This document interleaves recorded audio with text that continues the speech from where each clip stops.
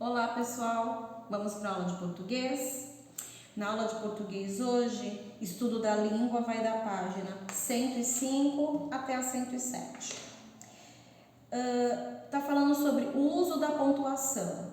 Professora, já aprendi.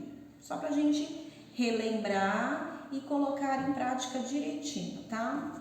Eu coloquei até uma folhinha para a gente relembrar onde usar, quando usar os sinais de pontuação, o nome de cada um, ok? Tá bom? Fiz a atividade, tá lá. Escreva uma frase para cada sinal de pontuação. Uma frase com vírgula, uma frase com ponto final, uma frase com 2 pontos, ok? Tá, atividade. E na 2, coloque a pontuação necessária nas frases. As frases estão sem pontuação. Procura lá, leia e procura e colocar direitinho a pontuação correta, tá bom? Ok. Agora aqui, na página 105 do livro, tá lá, falando o uso da pontuação, tem uma tirinha que o menininho tá falando com o pai. Aí, por que Armandinho pergunta ao pai se pode doar sangue, essas coisas. Vocês leiam a tirinha, tá, aí tem lá. Marque a alternativa que explica a função da vírgula no primeiro quadrinho. Serve para separar as palavras? Foi usada para separar um oposto? Serve para isolar o adjetivo, no caso no primeiro quadrinho? Tem 2 adjetivos, ele está separando? Presta atenção e responde, marca um X na alternativa correta. No primeiro quadrinho, a 3. No primeiro quadrinho, se o último sinal de pontuação fosse um ponto final, a frase teria o mesmo efeito? Que vocês sabem que se a gente faz uma frase e muda, por exemplo, se eu colocar numa frase um ponto final, tem um sentido. Se eu colocar uma frase, nessa mesma frase, um ponto de exclamação, vai mudar o sentido. Se eu colocar nessa mesma frase no final um ponto de exclamação, vira uma pergunta, muda totalmente o sentido também, né? E na 4, no segundo e no terceiro quadrinho, o autor usou ponto de exclamação no final das frases, olha aí que eu até falei. Esse sinal indica surpresa, pergunta ou dúvida? Tá fácil. Na página 106, tá lá, reescreva o que está aqui no quadrinho, na tirinha, reescreva ela aqui nas linhas. Lembrem-se que, se é um diálogo, começa com que sinalzinho?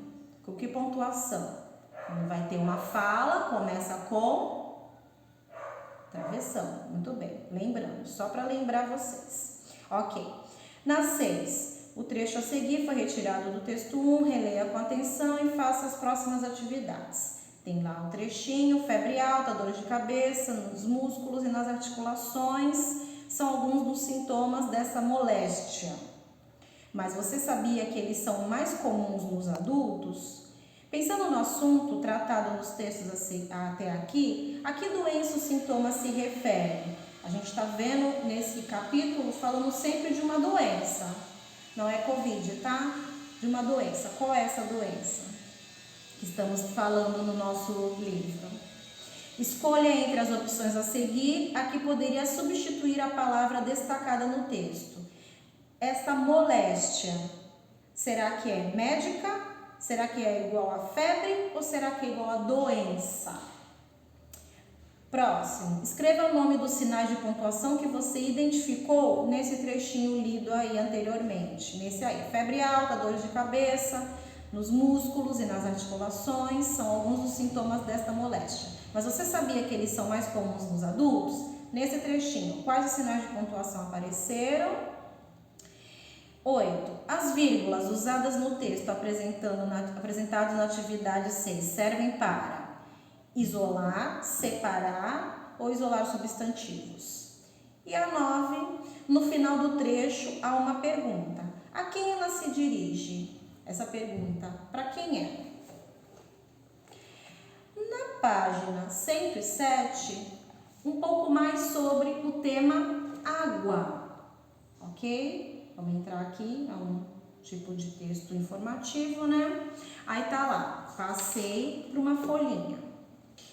Em sua casa, vai ler o textinho, relembrando, né? Porque a gente tem que ter muito respeito pela água potável, porque é muito pouco, né? Em sua casa, vocês evitam o desperdício de água? Além das dicas anteriores, quais outras você daria para economizar água no dia a dia? E na 3, desenhe uma imagem sobre a importância da água e atitudes que devemos ter para evitar o desperdício. Desenha do seu jeito, tá? Boneco de palitinho, do seu jeito.